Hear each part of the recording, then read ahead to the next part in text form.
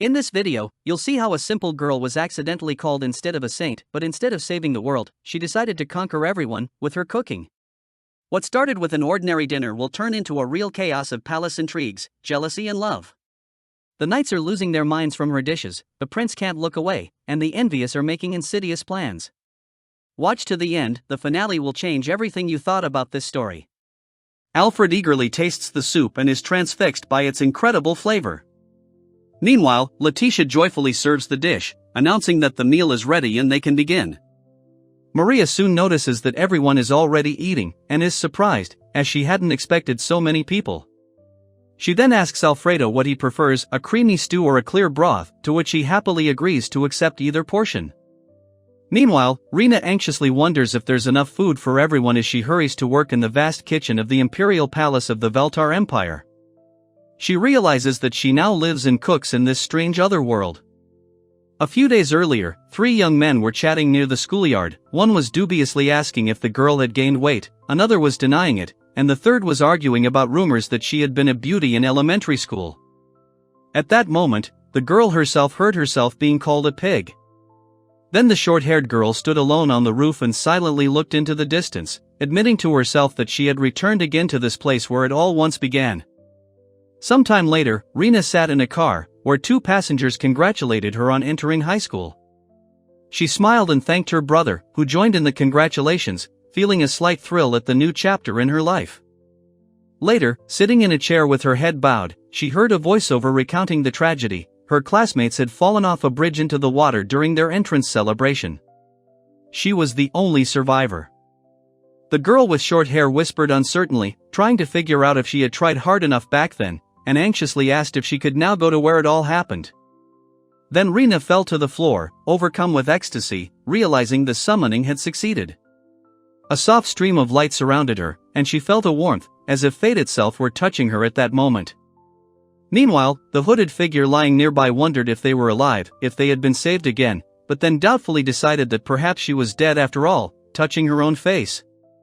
Suddenly, the girl shielded her eyes from the blinding radiance, and the dark shadow next to her wondered if the gods of death themselves, who had appeared in this world, were standing before them.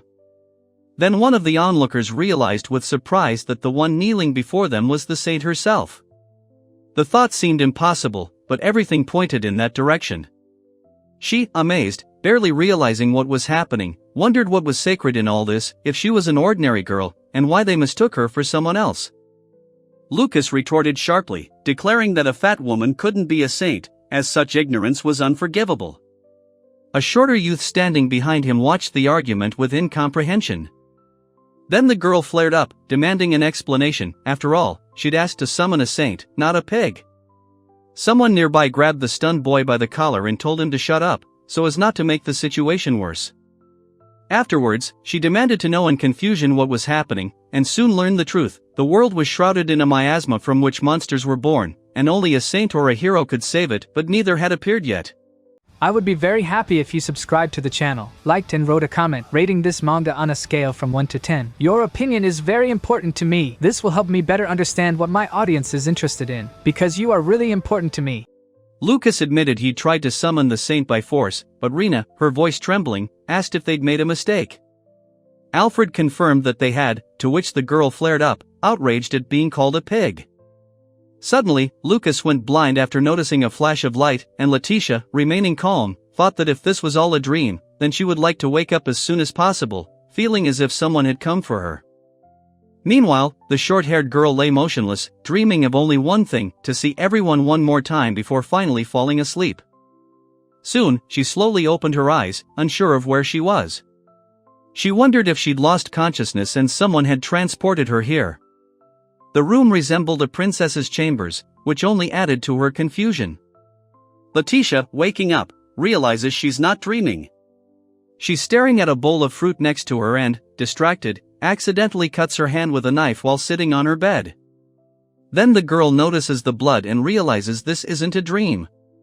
2 maids rush to her in panic, and one orders Monica to immediately fetch the potion from the infirmary. She quickly agrees and runs out of the room. After this, Letitia carefully pours a small amount of liquid onto the cut hand, reassuring the victim that there is no pain.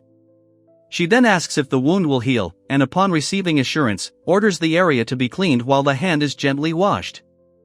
The girl clenches her fist in relief, and the other two realize they have truly entered another world.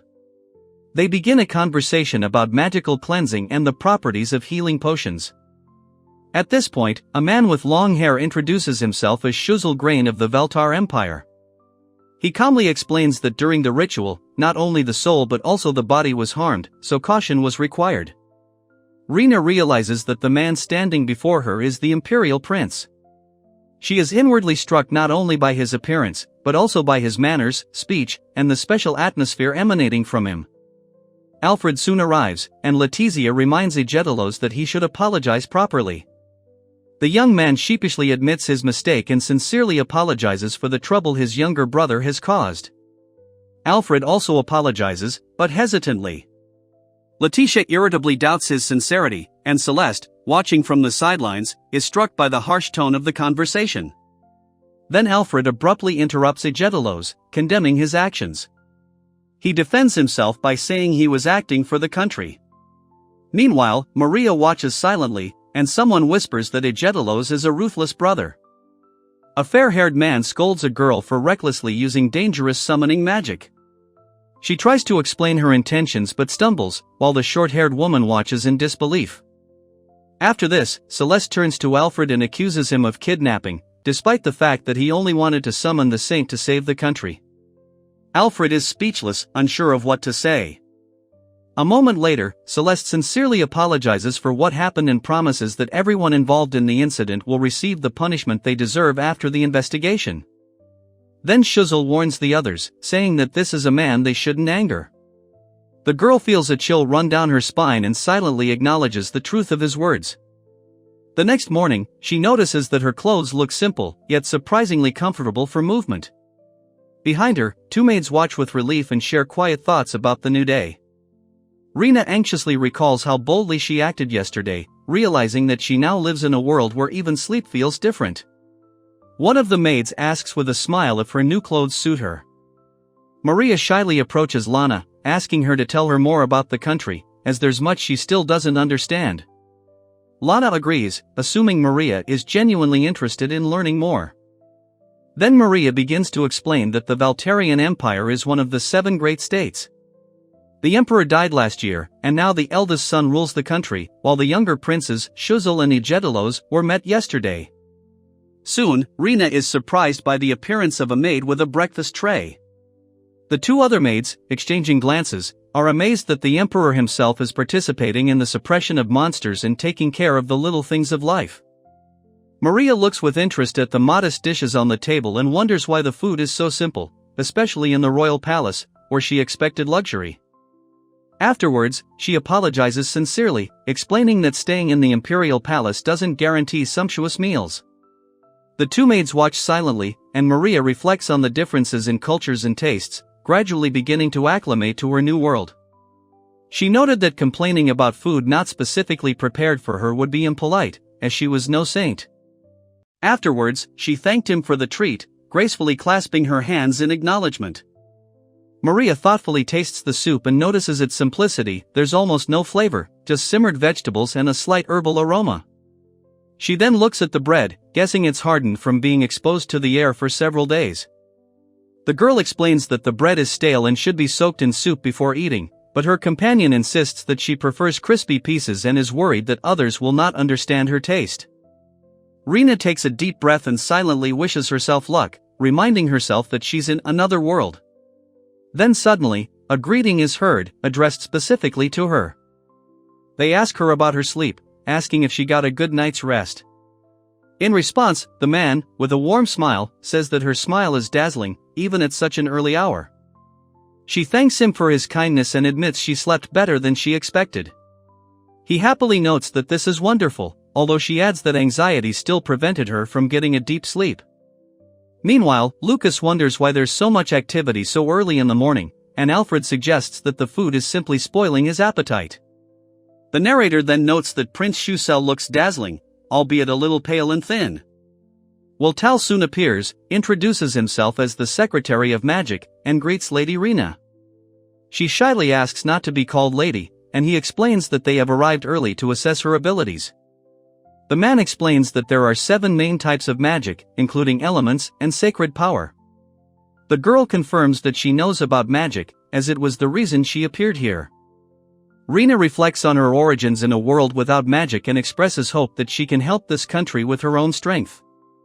Alfred and Letitia respond with understanding and gratitude for her wish.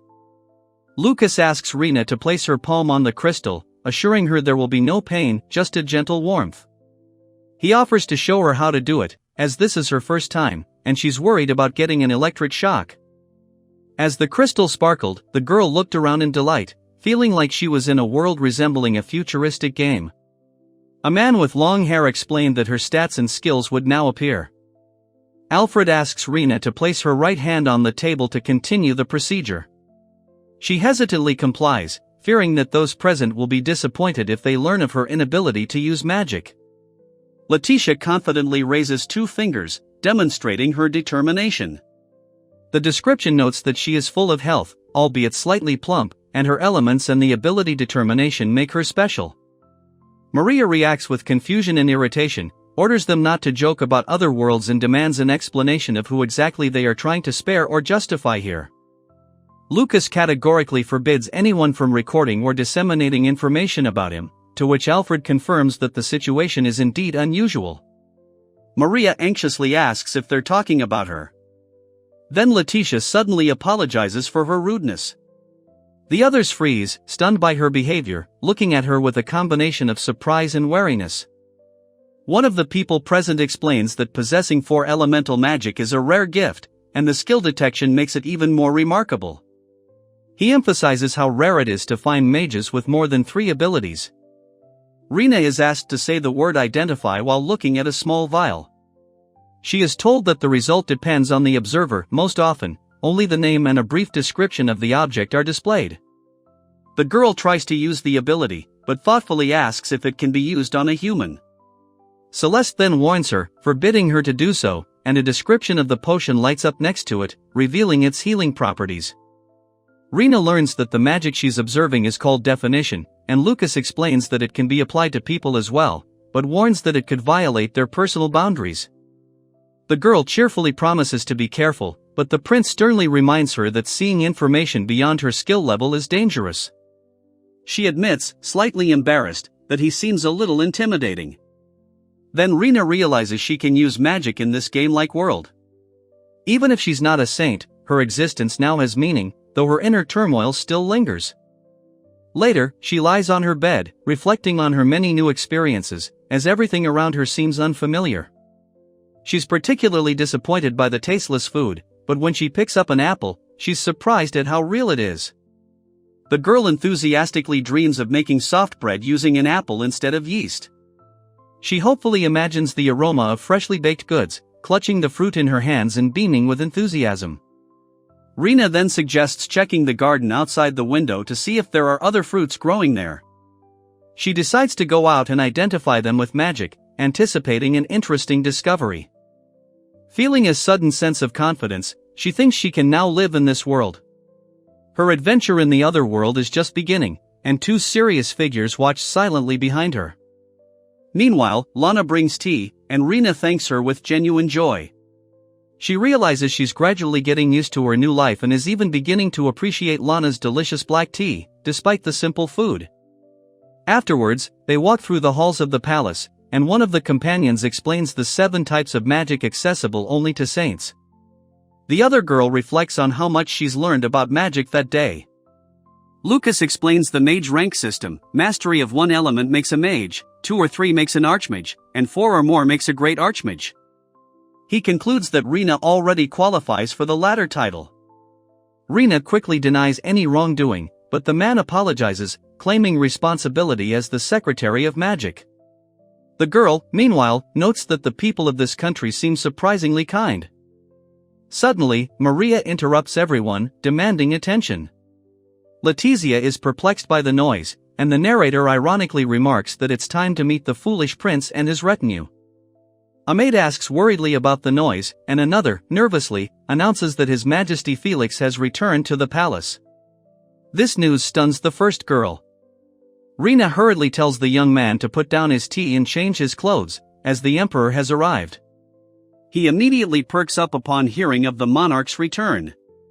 The girl is shocked to learn that she has an audience with the emperor himself. One of the maids insistently urges her to change her attire, as the meeting requires an appropriate appearance. Meanwhile, Maria is tormented by anxiety, fearing the emperor will realize she's not a saint. Her thoughts are filled with the fear that everything could end with one roar from him, while nearby, a small, pig-like creature grumbles that they don't need a pig. Rina is in dismay, thinking how terrible this all is, when the man announces that Prime Minister Shuzel and Lady Rina Noera have arrived to pay their respects to Emperor Felix. Lucas, sitting with a regal bearing, motions for Rina to come closer. The servant apologizes for the delay and introduces her, but she modestly replies that no ceremony is necessary. The girl trembled, looking at the figure on the throne. He seemed to see a demon, not a man. Then Alfred calmly asked her to raise her head, introducing himself and saying that she shouldn't bow so low. The dark-haired man waved off the bow and declared that the main kidnapper was his younger brother. He scornfully condemned the actions of his men, and Rina listened, wide-eyed, not daring to intervene. Maria calmly explains that she is a stranger from a completely different world, emphasizing that their current situation and her origins are two different issues that should not be confused. Lucas cautiously remarks that even if he himself had been kidnapped by the emperor's younger brother, he would not have dared to be rude to the king. He adds that any impoliteness on his part was unintentional, and Alfred asks the monarch and the prime minister not to hold a grudge. Rina hesitantly tries to get a word in edgewise, but Celeste gently strokes her head, letting her know everything is okay. Then Lucas smiles warmly, as if to say with his eyes that she did well. Meanwhile, the dark-haired man calls out to Shuzel, who appears with the girl. She admits that what's happening is frightening her in its own way, but still tries to smile back. Lucas formally apologizes for his younger brother's mistake and clarifies that Rina is not a saint. The others listen attentively, trying to catch every word. The girl doubtfully notes that she herself is not sure whether the saint even exists, and even if she does, is it really possible to summon her so easily at will? Then the emperor sighs heavily and thinks out loud that even if the saint could be summoned, she would hardly help this country or the world, and even less so impersonally. The young dark-haired man grins confidently and makes a bold statement that he would do the opposite, destroy such a kingdom instead of saving it. The girl reacts with surprise and curiosity, and the young man continues to smirk, rejecting any offers to verify what was said, mentally acknowledging that his interlocutors truly do inspire fear. After this, the dark-haired man politely declines further conversation and leaves, while the blonde man gently urges Rina to rest, as she must be exhausted. As he leaves, the dark-haired man mentally recalls King Felix's words about power and privilege. Later, he decides to approach the country's greatest sage, Shuzel, with a request if it's possible to return the girl to her world. The others present listen with tense expressions. Lucas, citing research, explains that transition between worlds is currently impossible and may remain so for another century. Alfred silently absorbs every word, understanding the gravity of the situation. Then Lucas describes the ritual in detail: 2 intersecting moons, 6 stars forming a shadow around the light. These are the conditions that allowed Rina to be summoned. The girl listens, her eyes fixed on her. She reflects that, except for that one day when the call took place, no other moment coincides with such conditions, and, most likely, such a day will never happen again. The emperor sighed heavily and said he couldn't offer Rina any special favors due to his position. He then entrusted Alfred with supporting her and helping her settle in. The man with long hair and a military uniform nods calmly and, with a soft smile, confirms his agreement with a short affirmative word.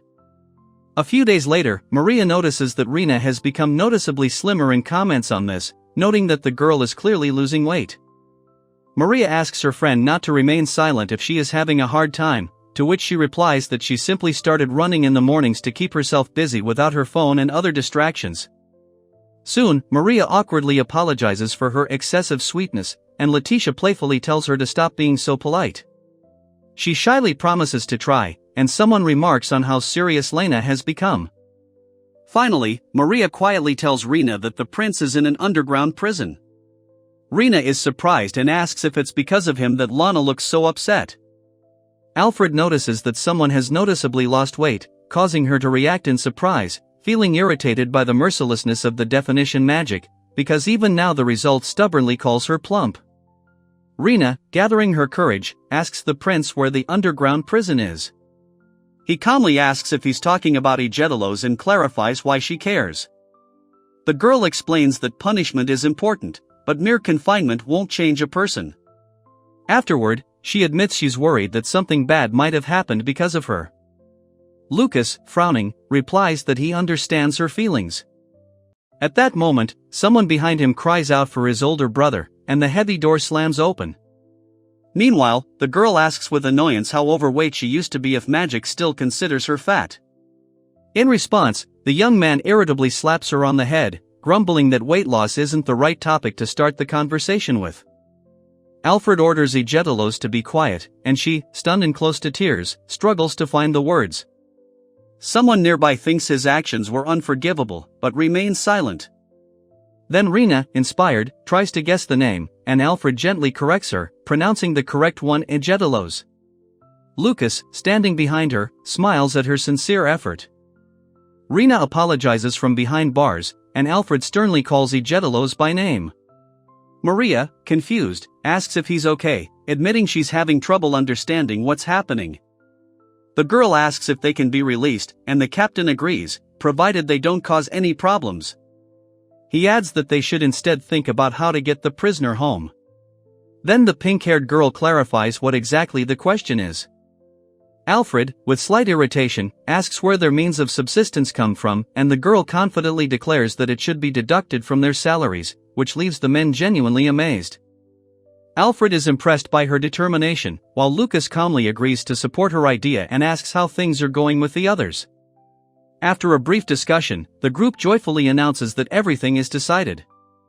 The tired girl asks a question with difficulty, but her interlocutor interrupts her, correcting her that she should say ed and not dos, without even letting her finish. A girl with short hair suddenly wonders out loud whether saints and heroes in legends were always depicted as beautiful, causing her interlocutor to express genuine surprise and slight confusion.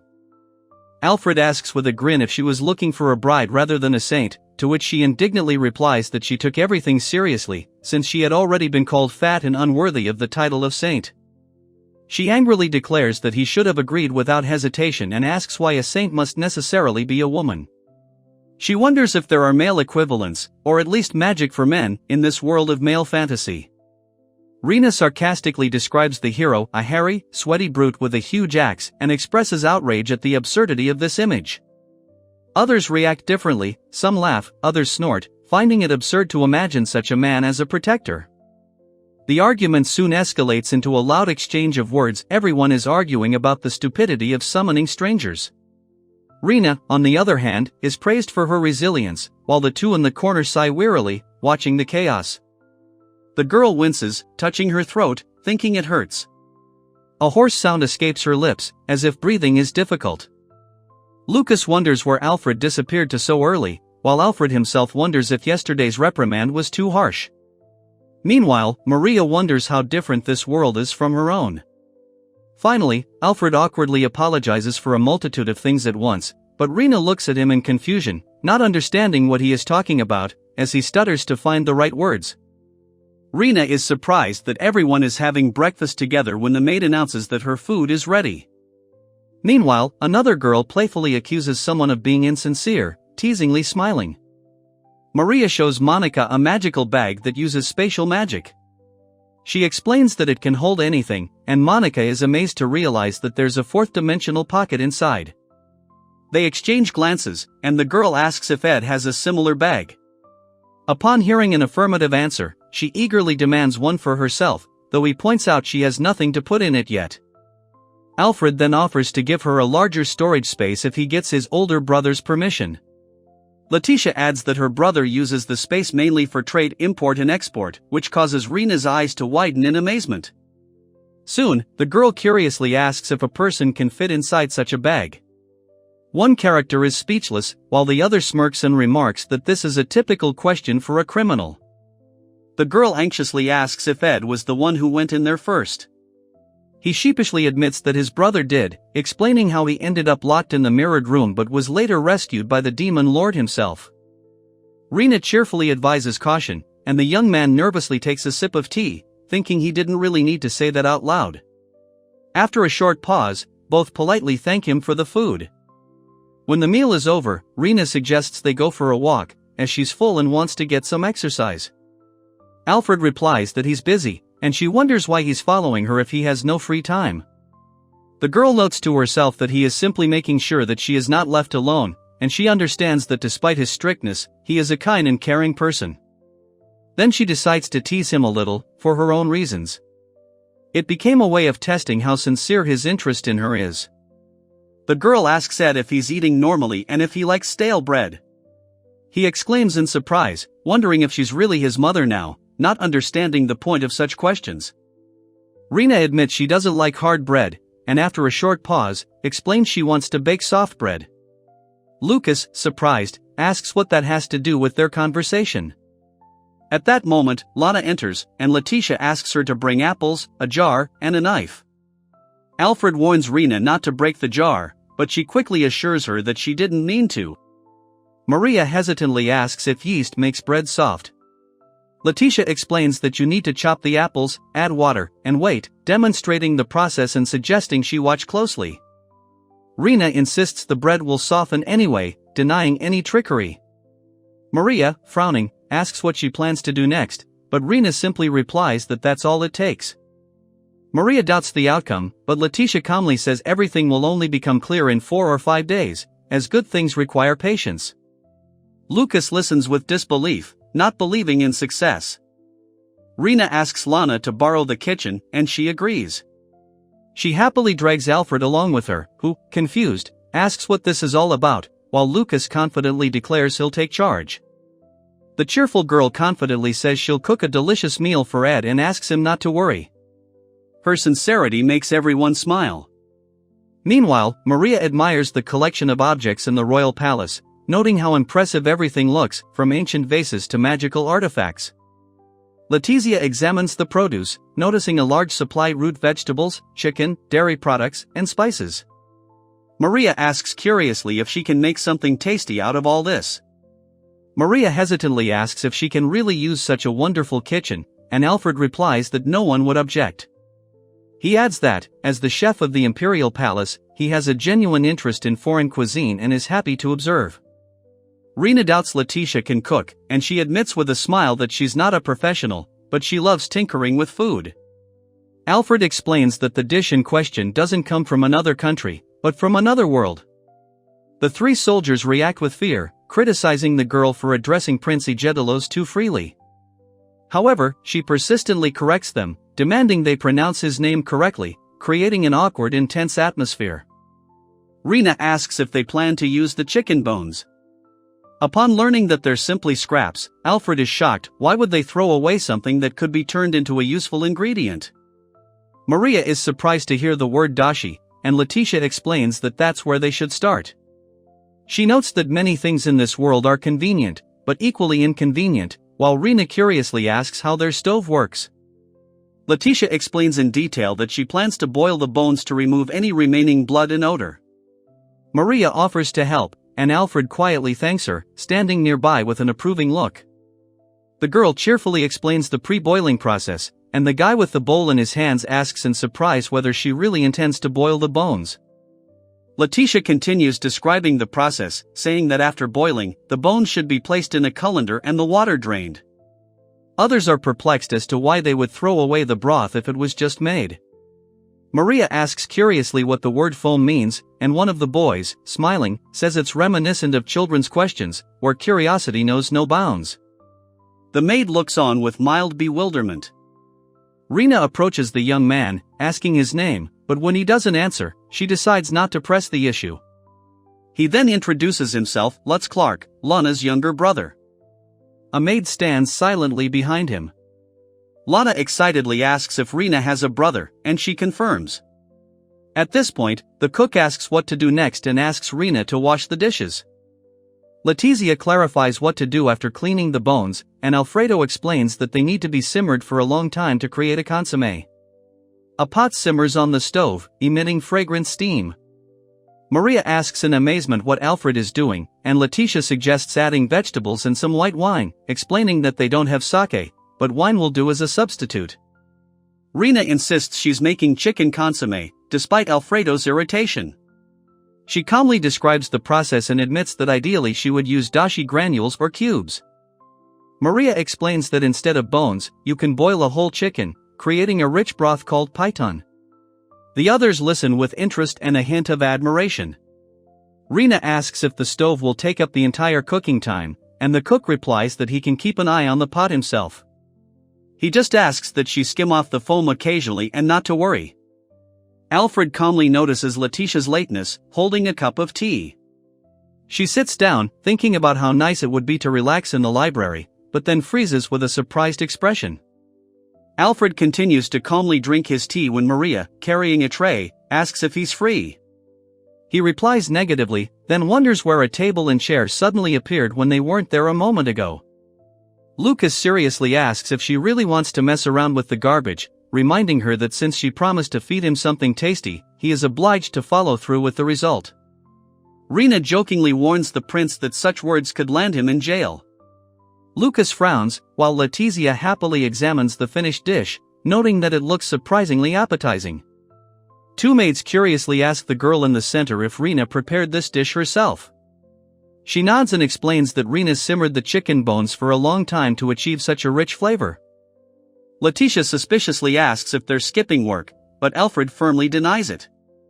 Maria calmly replies that everything is done and it's just break time, causing everyone else to display a range of expressions, from relief to awkwardness. The girl happily tastes her dish and feels relieved. The flavor is exactly as she hoped. Someone notices how amazed everyone is by this otherworldly cuisine and prepares a spoon to try it too. The maids ask who will risk trying the chicken first. One hesitantly admits she's open to it, while the other offers to do it instead. The man approves, but with a wary expression. Rina impatiently demands a reaction from the silent young man in the chef's hat, and the maid asks him not to limit himself to a simple let him explain what it tastes like. The girl offers him a try himself, to make it go faster. He sheepishly asks for more, and then she hands the spoon to Alfred, who, surprised, takes it and tries it. Lucas hesitantly offers her a taste, and when she takes a sip, her cheeks flush and a happy smile appears on her face. He watches, trembling slightly in anticipation of her reaction. Rina is surprised when the others ask her to stop tasting non-stop, blaming Monica for not trying it sooner. One of the girls beams with delight, while the other merely watches indifferently. Rina then decides to split the soup in half to make a creamy stew. Alfred, dumbfounded, asks what she's up to, and Maria, indignantly, calls her a pest. Letitia calmly explains the process: you fry butter and flour to make a white sauce.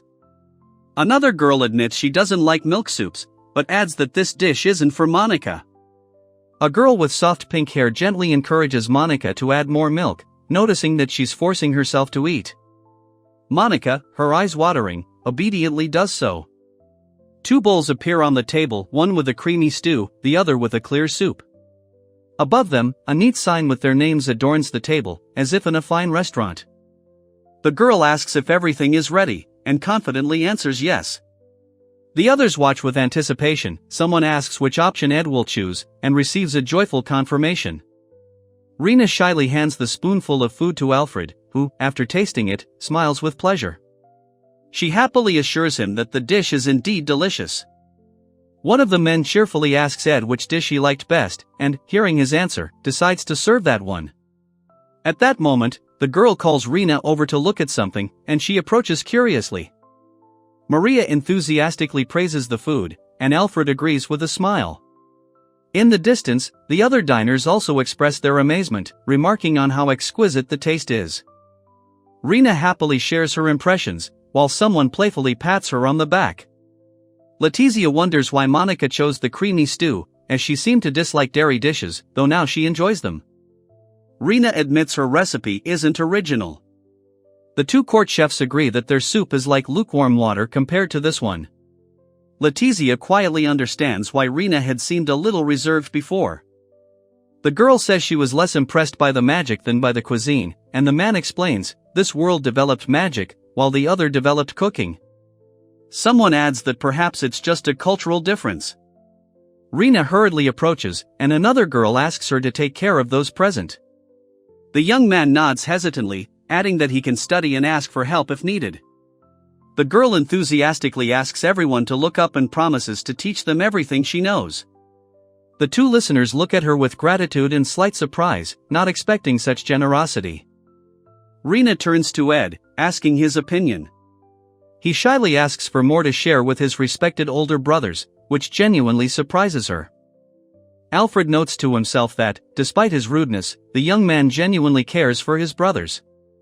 Letitia finds his behavior touching and gives him an approving gesture. Soon, Letitia and Maria notice they're out of ingredients. Alfred guiltily informs them that the last of the chicken bones have already been used and they won't have time to start over before dinner. Maria suggests making something else, since the creamy stew won't work, and receives a surprised look. She admits the dish might not impress or suit the demon lord's taste. Lucas cheerfully thanks Rina, who responds, confused, that her sister is ready for anything. Someone nearby thinks that even without any particular sympathy for the young boys, the situation is taking a strange turn, while another quietly remarks that things are taking a turn for the worse. The girl remembers how she promised to cook something special for Emperor Felix and His Highness Schuzel, but now she is not sure whether she can keep her word. Celeste reflects on how she's never eaten with Alfred and Ed before. Meanwhile, Maria worries that her food might taste bad and disappoint everyone.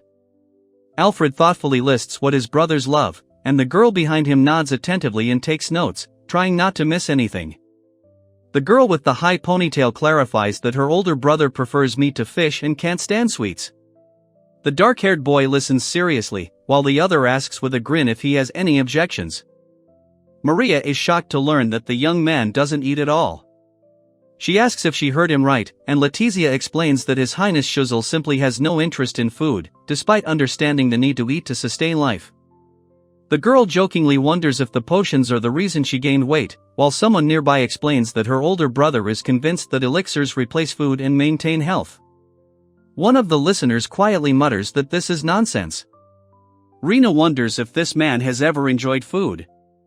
Letitia replies that he does eat in small amounts, and Lucas silently agrees, believing this to be true.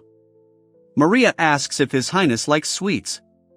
Alfred recalls seeing him sometimes eat sweetened beans, and Letizia wonders if she could make him something sweet as a token of her affection. Rina happily announces she'll make dessert, surprising everyone. Maria confirms that she loves cooking and looking at sweets, and the whole group watches her with interest. A girl sorts through ingredients, milk, butter, sugar, and stale bread, thinking about a suitable dish. Another admits she cooks rarely and isn't as confident as the others. Letitia cheerfully suggests making French toast, explaining that it's sweet bread fried with an egg mixture. She asks Mr. Lutz to cut the bread into rounds, as usual, but he doubts His Highness Schuzel will eat it. Rina excitedly asks if she can try some too. Lucas grins and says that if Schuzel refuses, she'll get some. He adds that the young man might show interest in a dish from another world.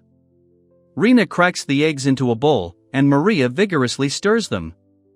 Alfred explains that after this, sugar and milk are added to create a soft, sweet egg mixture. Rina wonders if the bread will stay soft after toasting, and the chef asks Mr. Lutz to place the pieces in a bowl to soak before toasting. Maria, her eyes shining, asks if she can eat the leftovers, but then remembers the planned pudding and asks Mr. Lutz to bring some heat-resistant glasses for cooking. The girl checks whether the cup she has placed will fit, and then realizes that she has made too many of them, causing slight confusion among the onlooking chefs. Alfred hesitantly expresses doubt, looking at her warily, while Maria watches his reaction closely. In the next shot, the girl's eyes widen in shock, while the others watch silently. The girl quickly explains that she's preparing a dish especially for His Highness Schuzel. The chef and the maid exchange silent glances, while the other girl encourages Ed to continue helping. Rina pours sugar into the pan, surprising Maria. She warns her about the risk of burning, while Letitia and Alfredo discuss whether sugar was considered a luxury item, comparing it to Europe in previous centuries. Maria puts the glasses of caramel sauce in the refrigerator to cool, deciding to steam the pudding this time after the sugar has melted and turned amber brown. Rina explains that she prefers a soft, smooth pudding, so she wants to thicken the caramel. Maria, perplexed, asks why she's pouring hot water into the pan. Maria addresses Lucas in a reserved manner, calling him sir, and explains that she is going to steam the pudding by placing the cups in heated water. Maria greets Ed in her usual manner, but he insists on calling her master.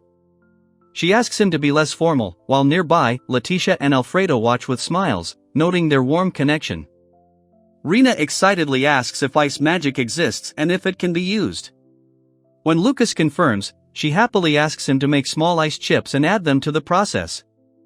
Alfred concentrates and uses cold magic, instantly cooling the pudding.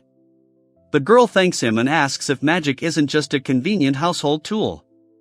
Maria wonders out loud what a freezer is, then notices that there's a refrigerator, but no separate compartment. Alfred explains that the cooling occurs without magic, using a built-in magic stone. A cheerful girl explains that on hot days you can make frozen treats, ice cream or sorbet, by simply chilling water and adding it to tea. Alfred calls Rina, and she answers, her eyes shining. Maria, surprised, tries to understand what's happening, while Rina confidently says that even if everything works out, Monica still won't be able to eat it. Rina asks Lucas to help with the cooking, and he, a little nervously, agrees. She explains that the bread has absorbed the liquid and now needs to be fried in butter. The young man excitedly promises to try his best, and the girl, watching him, smiles with confidence, thinking that he is really trying. Alfred and Lucas gaze in admiration at the perfect golden brown of the toasted bread. Maria and the two maids enthusiastically remark on the sweet aroma filling the kitchen. The chef quickly asks Rina to take a plate, and she quietly thanks him. Letitia watches silently, while someone admiringly remarks that the French toast turned out a true masterpiece. Rina struggles to decide what to top the fluffy, syrup-drenched toast with, insisting on plenty of toppings despite Alfred's warning about the extra weight. Then she enthusiastically praises his perfect doneness. The cheerful girl announces that she's delivering the prepared French toast to His Highness Shuzel and Ed. The surprised young man asks if he'll get a portion, and she only smiles mysteriously in response.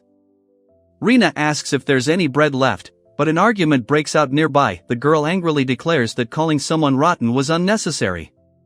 The young man calmly retorts that even if that's true, he's still a prince, and Rina notices how happy he looks.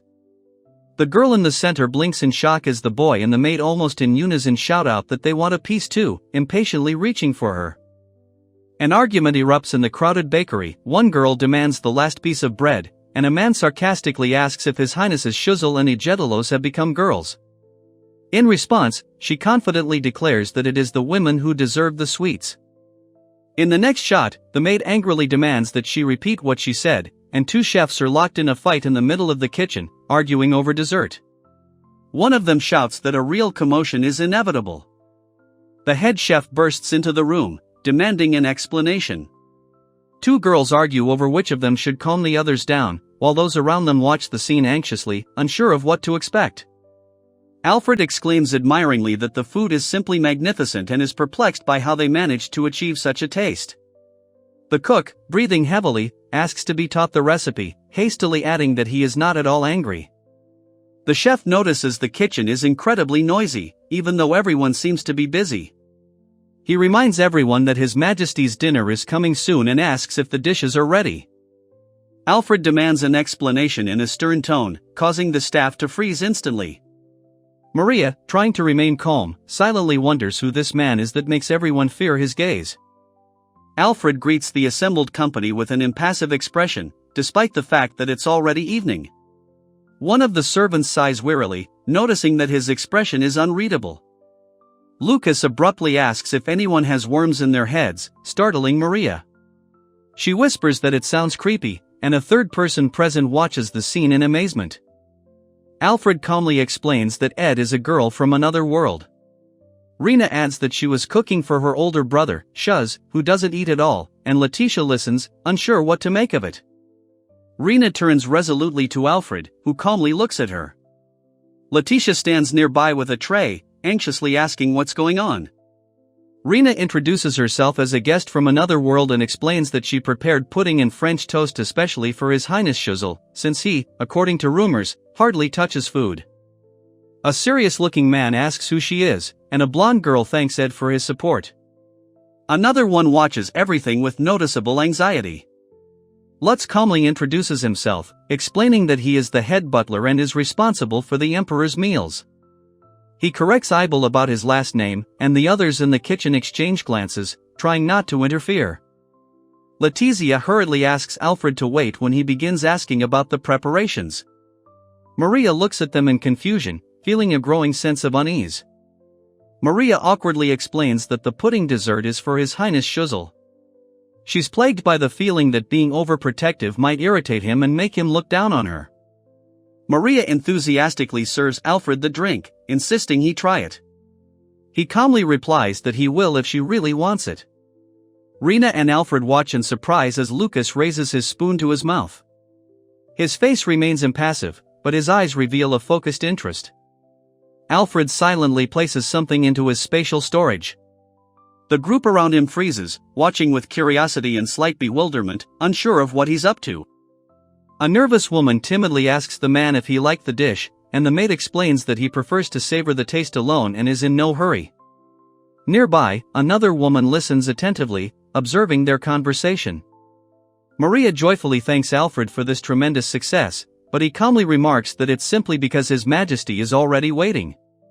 He looks away, remaining unperturbed. He decides to deal with the issue of past puddings himself, and she, inspired, promises herself that one day his smile will appear because of the food she prepared. The woman asks if the girl has prepared anything for Emperor Felix. She replies that she is about to make a dish and asks him to wait a bit, but the man orders everyone to hurry, reminding them that the main course is meat. Letizia wonders if His Majesty Felix can eat cheese and eggs, and asks Ed. He confirms that there are many types of cheese, and she mentions hard and natural varieties. Lucas explains that cheese is eaten here as a snack with alcohol. Maria confesses that she's forgotten the prince's name again, causing Alfred to give her a stern look. Letitia mixes the ingredients, and Alfred suspiciously asks if she's making pudding again. She replies that she wouldn't make a dessert for someone who doesn't like desserts, and decides to make something simple. Alfred explains the process of making an omelette in detail, and Letitia watches closely, correcting that the egg should wrap around the cheese, and not just turn into a regular flatbread. Rena cheerfully asks Alfred what he'd like and offers to make him another dish if he's hungry. He enthusiastically agrees and asks for more cheese inside. The girl with short hair smiles broadly, while the other watches her with warm thoughtfulness, appreciating the sincerity and energy of this child. Rena finishes preparing a new dish and passes it on. The pink-haired girl thanks her and decides to prepare an appetizer to go with the wine, slicing up some hard cheese. Rena fries cheese triangles in a frying pan. Maria notes that the cheese is burning, but Letitia assures her that the fried cheese will only enhance its flavor and retain its delicious crispy crust. The girl asks the cook if he drinks, and upon receiving an affirmative answer, offers him a taste of what he's prepared. The others begin to discuss the man's habits, and he politely asks them not to address him as sir. One of the men can hardly contain the urge to take a sip of wine, while the others notice how happy head chef Rick and Mr. Eibel look next to him. Rena feels a little pressured when others ask to share the food she carries, and she tries not to offend anyone by refusing with a smile. Maria cheerfully asks Alfred to convey his regards to His Highness Schuzel. Letizia mentions that there's another dish for him, and Maria instructs Mr. Eibel to handle the matter, to which he nods calmly. Rena explains to Lucas that Ed should enjoy eating in front of others and casually mention dessert to whet his appetite. She adds that it's bad if he acts like a child, choosing only his favorites, and Lucas agrees. Celeste stares at Ed and asks what he's holding. He happily replies that it's a cheese omelette, made especially for him. Rena enthusiastically assures him the food is delicious, and Lucas agrees, noting its delicate flavor. He glances at Celeste, who quietly wonders if she'll get any. Lucas enthusiastically describes the dish soft, chewy, and flavorful. Then he asks where his portion is, and someone remarks that this is the first time they've seen their older brother Shaz get angry about food. Lucas worries that giving him everything at once might spoil Ed, but Alfred explains that the next dish will only be served after the current one is finished. Ed indignantly insists that it's not a little bit at all. The girl points to the untouched food and says that if he eats it all, he'll get the next course. He's loudly surprised, tells her to be quiet, and declares he'd rather drink the potion than eat it. At the table, someone quietly mutters about a cheese omelette, while another reminds him that Rina made pudding and French toast for Shuz, urging him to finish his meal quickly. Lucas, looking at the unusual dish with interest, asks if Rina made it. Alfred excitedly explains that it's a magical food from another world, which she prepared in a matter of minutes. Lucas jokingly reminds Ed that he should actually be in jail for kidnapping, to which Ed just smirks quietly and doesn't respond. The girl reflects that it is probably only thanks to Rina that a smile has appeared on this man's face again. Rina notices Shuz eating with gusto and thinks he could eat more. Lucas, standing behind him, watches closely. Alfred asks Ibel to fetch something from the kitchen, and Rina, beaming with pride, asks if she finished everything correctly. Someone nearby admiringly remarks how amazing she is. The girl ceremoniously serves a plate of French toast and pudding, describing the dishes in detail. He stares wide-eyed, amazed by their appearance. Lucas tries the treat and happily notices that it's soft and incredibly delicious. Alfred exclaims enthusiastically about how sweet and delicious it is, not hiding his admiration. The woman smiles and praises the taste, amazed at how ordinary eggs can be transformed into such a masterpiece. The dark-haired man reluctantly accepts the plate of dessert and wine, but curiosity gets the better of him. One of the guests asks if the other's name is Cheese, to which he calmly replies that his name is Ibel, and crunches something, making a characteristic clicking sound. Felix refuses the wine, but his brother insists. The woman chides him, reminding him of his work, and Felix, grinning, threatens to deprive him of dessert, calling him tyrannical. A serious man asks Egetelos for his opinion, causing him to panic slightly. Egetelos quickly defuses the situation and asks why the responsibility was suddenly shifted to him. Maria hums, washes the dishes, and thinks they're probably having dinner now. She remembers how much Mr. Ibel enjoyed the dish and hopes it will spark Prince Shuz's interest in food. Rina looks regretfully at the remaining desserts, 4 puddings and 5 untoasted slices of toast. She no longer has the energy to cook, but it's a shame to leave everything uneaten. The group enthusiastically tastes the treat, one admires the delicate texture, another marvels at how rock-hard bread was transformed into dessert, and a third agrees that throwing away the scissors was worth it. A squad of soldiers walks down the hallway, and one notices a sweet aroma and complains of fatigue. Another excitedly inquires about what's going on in the dining hall. Rina is amazed to learn that it was her dish that was served to His Highness Shuzel. 2 nearby guests enthusiastically declare that they want to try it too. Rina, unable to bear it any longer, begs for at least a little food, falling to her knees and asking for more. But Maria sternly replies that work is finished for the day and firmly refuses. Maria hesitantly suggests making a cheese omelette, but suddenly several maids bow sharply and loudly call out Mistress Rina's name. She freezes, confused, stunned by such a violent reaction. Then 2 excited young men run up to her and insistently ask her to make them the same cheese omelettes. Rina doesn't have time to comprehend what's happening and stares, dumbfounded, at their impatient faces. Gradually, others join them, someone whispers her name and the words cheese omelette. Rina begins to wonder if a new cult has accidentally sprung into being when 2 new people approach the crowd, timidly asking if they can stay. Meanwhile, Lucas enthusiastically agrees that Rina was right, they really do need a freezer. Alfred just blinks in confusion, and Celeste calmly explains that it's a drawer for freezing food. Lucas, however, seems to find this a compelling reason to stay a little longer. Afterwards, Lucas suggests making frozen desserts if he can find the ingredients. Celeste immediately orders Ibel to get to it, and Alfred silently nods in agreement. The younger brother grumbles that the older one has hurt him again, reminding him that desserts are frozen. In response, the older one lightly slaps him on the head, calling him a fool, but the older one only smiles with a hint of warmth. Lucas warns Rina that she might have done something unnecessary, and Alfred quietly laughs, remembering how his younger brother once broke something similar. Rina enthusiastically takes up cooking, and soon the kitchen is filled with the aroma and clink of dishes. Lucas is amazed at her speed, Letitia laughs quietly, and Maria and the 2 cooks watch with varying emotions, from delight to mild bewilderment. Meanwhile, the boy persistently calls out to his older sister, trying to get her attention ever louder. His voice becomes increasingly anxious. A girl with short hair turns to her older sister, asking if she's listening.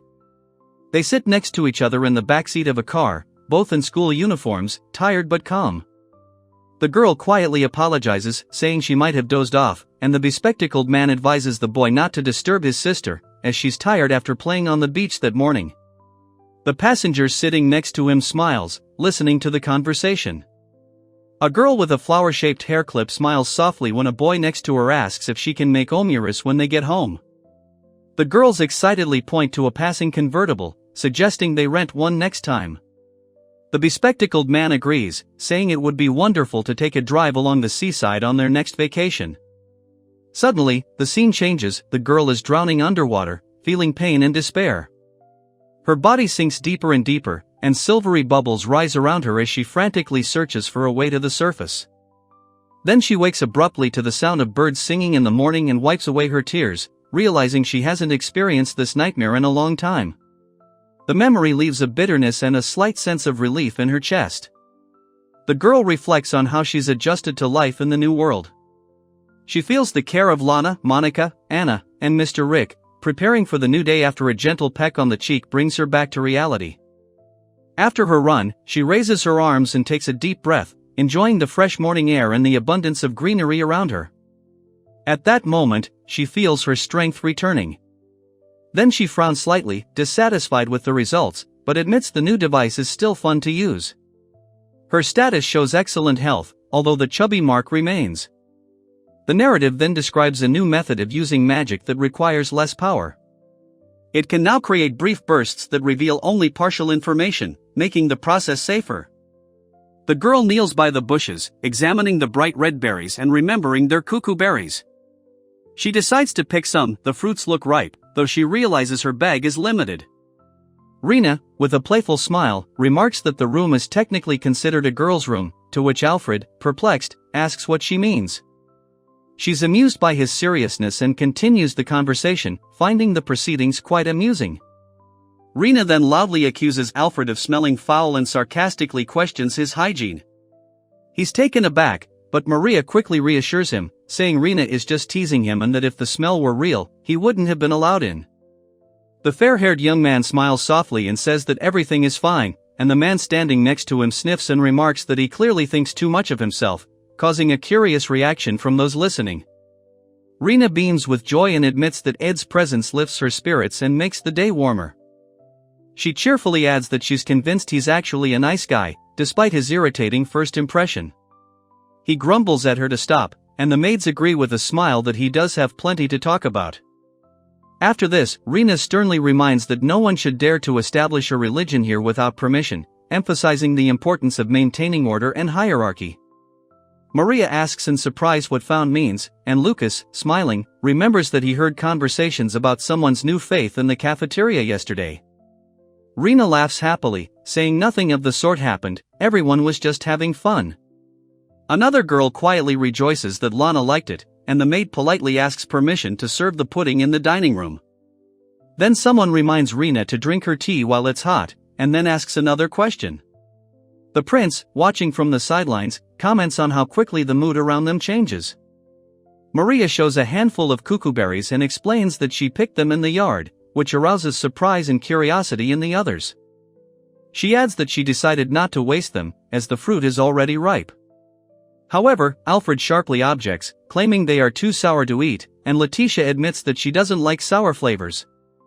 Two maids argue over whether the blackened berries have gone bad while the boy sits indifferently on the sofa. A girl with short hair calmly says that this is how they taste best. Alfred hands over the fruit, insisting it's good, despite the doubts of those around him.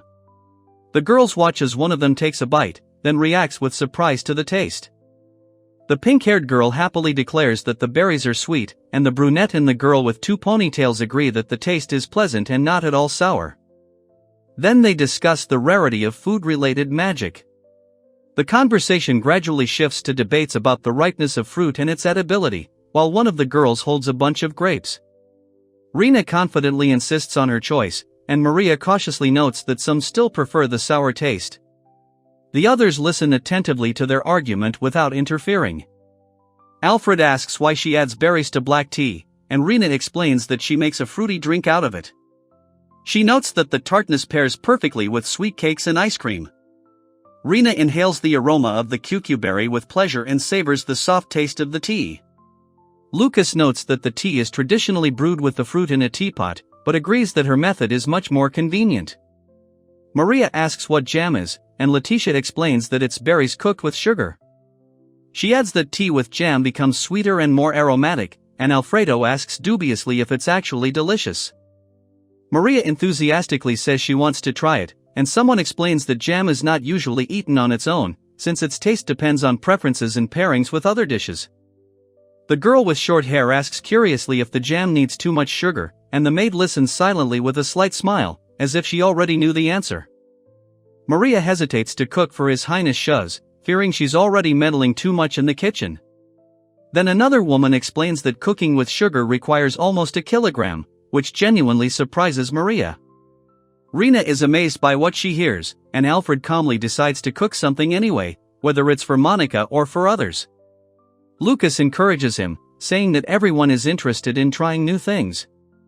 Alfred assures her he wouldn't mind spending time with Rina, which prompts a timid gratitude from Maria for his kindness. Behind her, Letitia watches them with quiet attention. A girl with short hair listens as a young man in a smart uniform rummages through his things and says that he needs to give her something before he forgets. Ed hands the magic bag to the stunned girl, and she happily thanks him, and he adds with an awkward smile that he hopes she won't use it for harm, since permission to do so has already been received. The girl excitedly asks if she can use it right now, but the guy explains that his brother has already registered it. Then the girl with flowers in her hair quietly remarks that some things are better left unsaid. Rina excitedly asks if her new outfit suits her, and when the others start complimenting her, she breaks into a satisfied smile. Someone jokingly adds that she's quite a unique person, which only makes her smile wider. She sighs, examining the magical bag, and awkwardly says, "Oops." The maid asks in surprise why she said that, unsure how to respond. The group gathers in a room where one of the girls whispers to Ed not to interfere, and the other suddenly realizes that she forgot to voice the most important thing, which causes slight confusion. Lucas excitedly tells Rina that they've managed to make a real refrigerator, and she asks again, stunned, not believing her ears. The cheerful young man reminds her that yesterday she herself said how convenient it would be to have him, and the girl, with a nervous laugh, agrees that now the dream has become a reality. Rina happily calls him Big Brother Shuz, but he explains that he simply relayed a message he'd received earlier and was surprised himself. Rina looks at him with bewilderment and slight embarrassment. Maria explains that the country's prime minister invited her for a conversation, and now they're leisurely sipping black tea. Meanwhile, Alfred mentions that he received orders to call someone else. The girl hesitantly admits that she doesn't want to go there, hiding her anxiety behind a strained smile. Letitia urges Rina, begging her to hurry, but she stubbornly refuses, saying that she has a bad feeling and clutches something tightly in her hands. Then Rina joyfully calls out to His Highness Shouza, assuring him that her intentions are pure and she simply wants to talk. Her voice is filled with genuine enthusiasm. She tries to move, but her body feels like lead, and her voice trembles with weakness. Maria calls out to her urgently, and Letitia anxiously tries to stop what's happening. Against the backdrop of a majestic castle, a pink-haired girl cries out in despair, realizing that everything is not going as happily as she thought. The pink-haired girl feels a growing sense of unease and wants to turn back, but the maid firmly says that they are still heading to the dining hall, despite her inner fear. Celeste greets Rina with a warm smile, saying they've been waiting for her for a long time. Rina responds with a cheerful apology for the delay, beaming brightly. Looking around the room, Rina notices that everyone looks depressed. Lucas points out that even Mr. Tal and Mr. Eibel are there, and Alfred reminds her that they were the ones who called her in first. Then Lucas proudly shows off the newly created refrigerator, explaining that it was made at her request. Maria watches with approval, pleased with the result.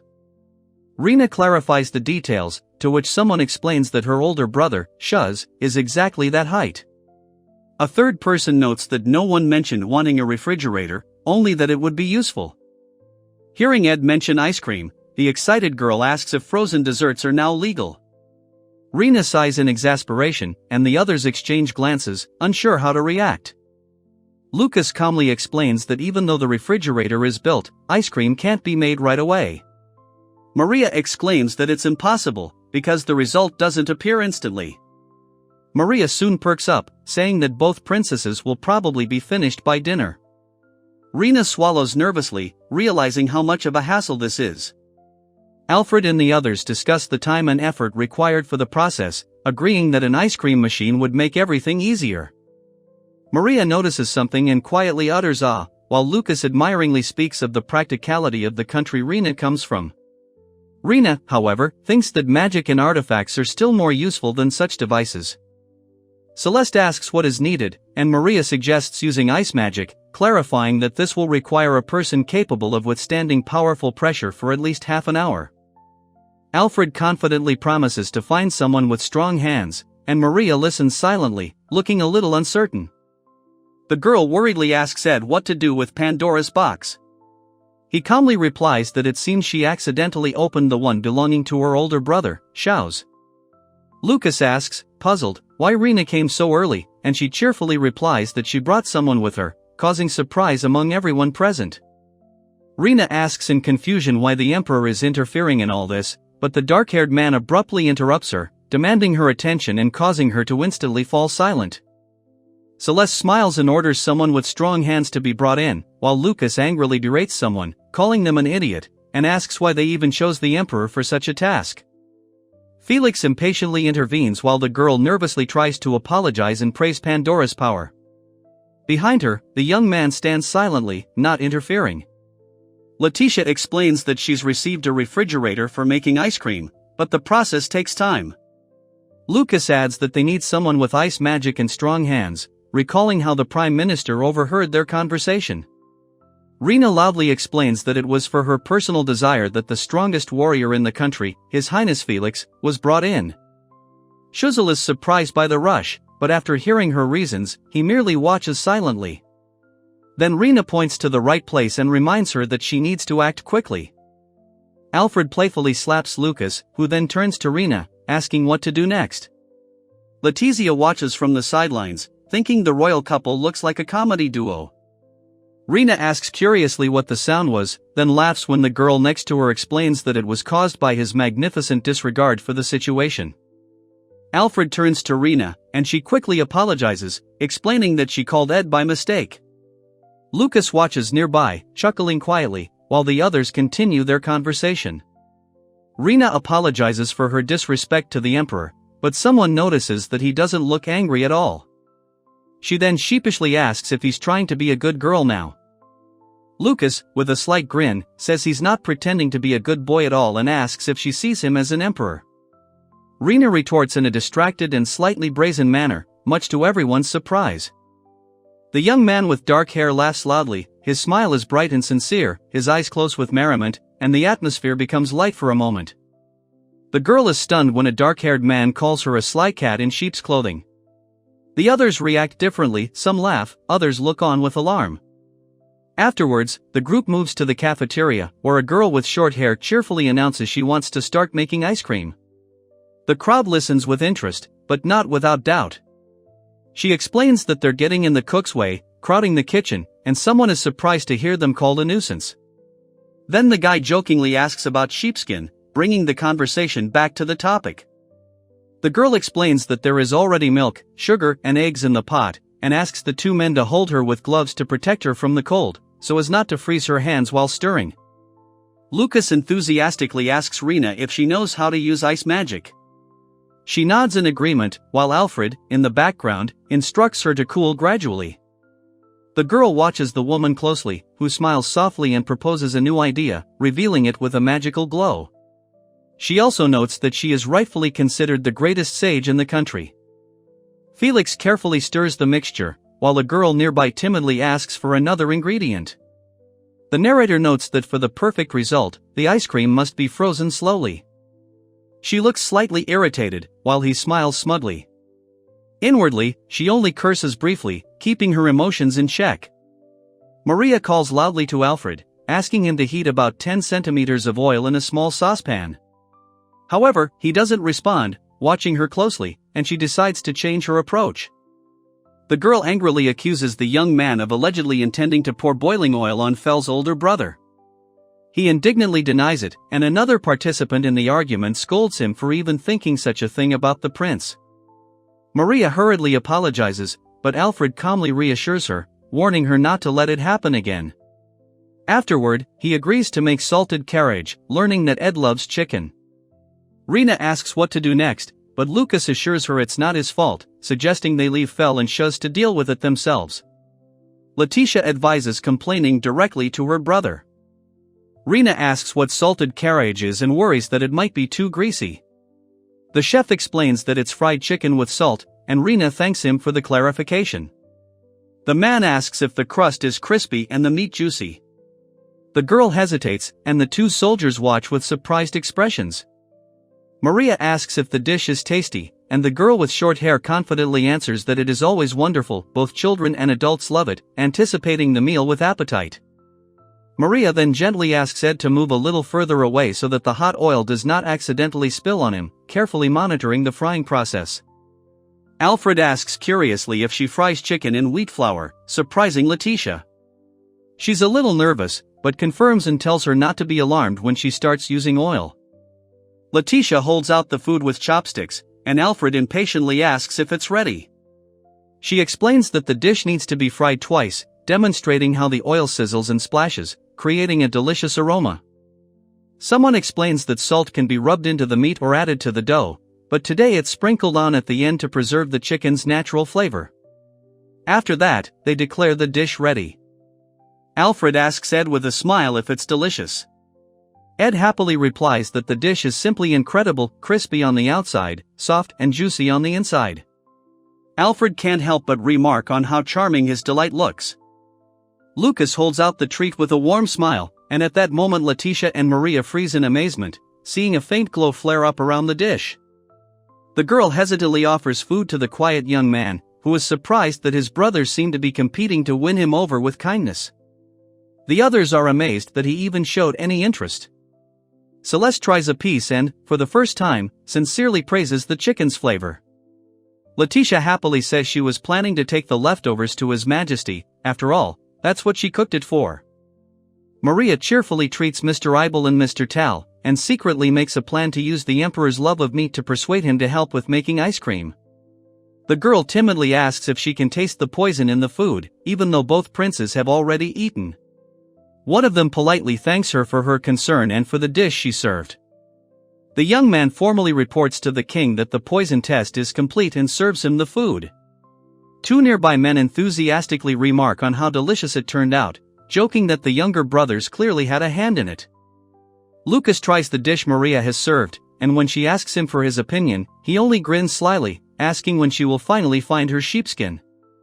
Maria, confused, asks where she disappeared to, and Lucas replies that someone took her. Letitia quietly whispers that it was done on purpose. Maria insists that Rena deliberately put less in the king's bowl to force him to help with the ice cream.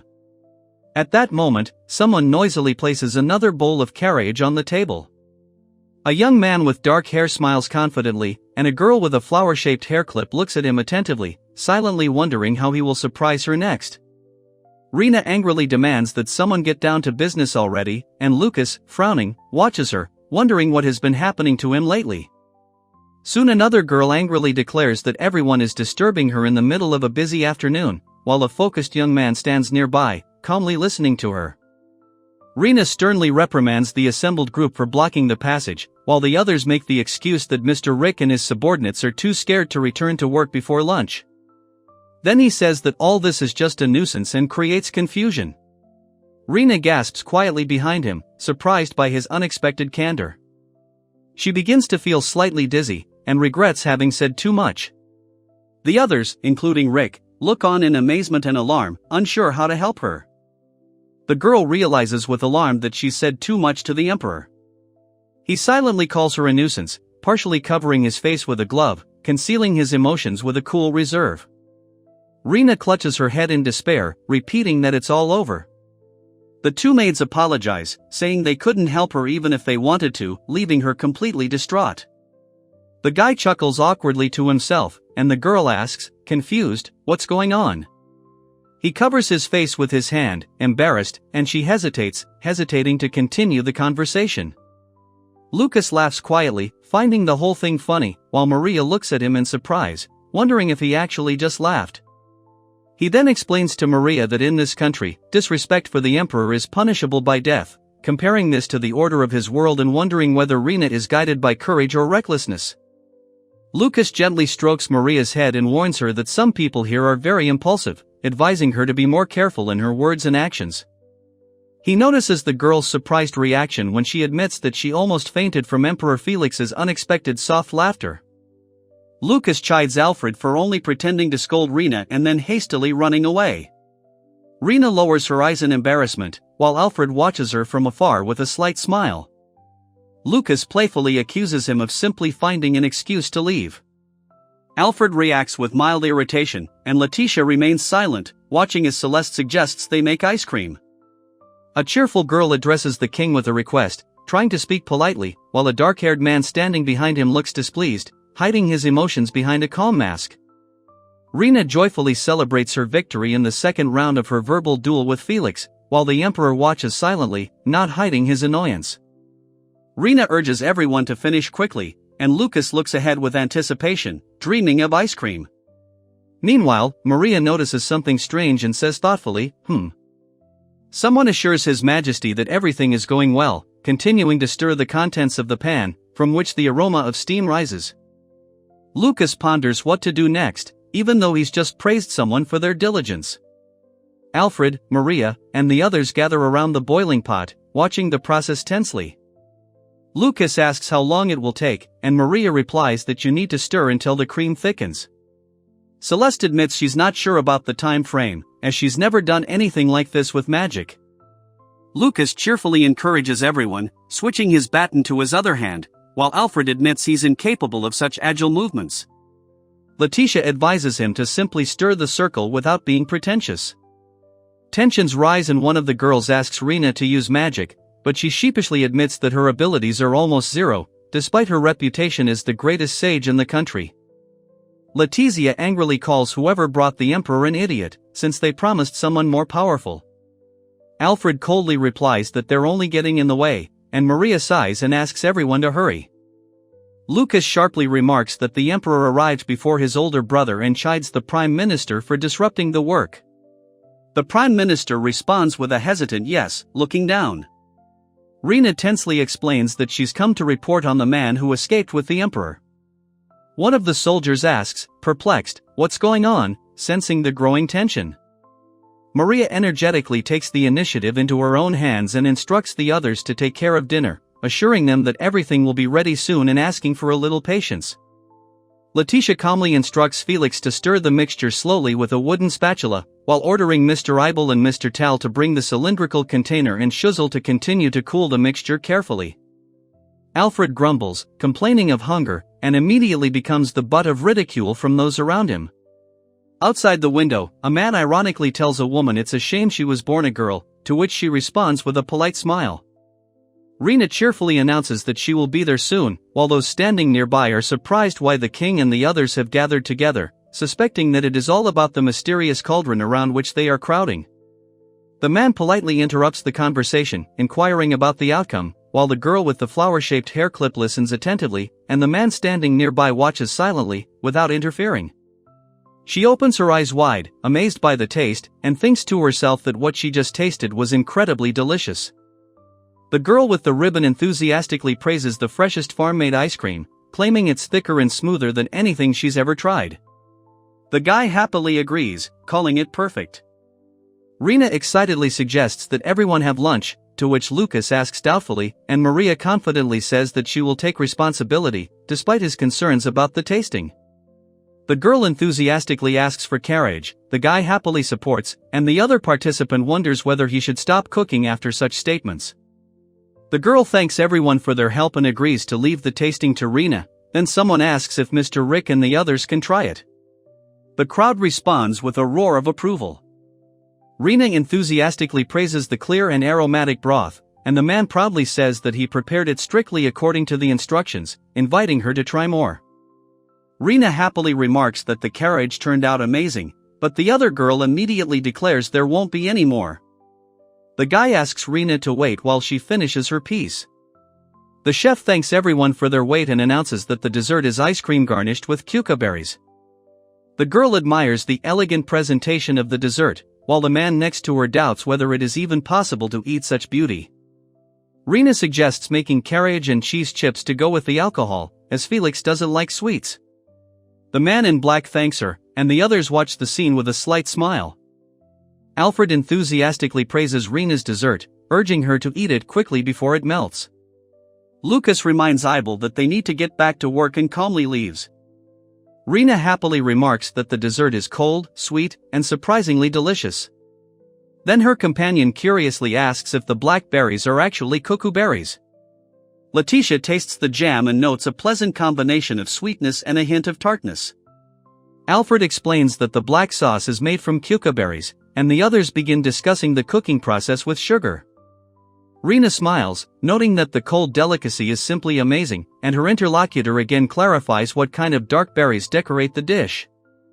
Letitia tries the jam again and is surprised by its balanced flavor, sweet and slightly tart. Alfred explains that it's cucumberry jam, although everyone previously considered these berries to be exclusively tart. Lucas suggests serving some cuckooberry-flavored tea now, and Alfred happily agrees. Maria reports that she's already brewed some, and Letitia adds that it tastes especially good with black tea. Maria serves a cup of tea, noting that no sugar has been added yet.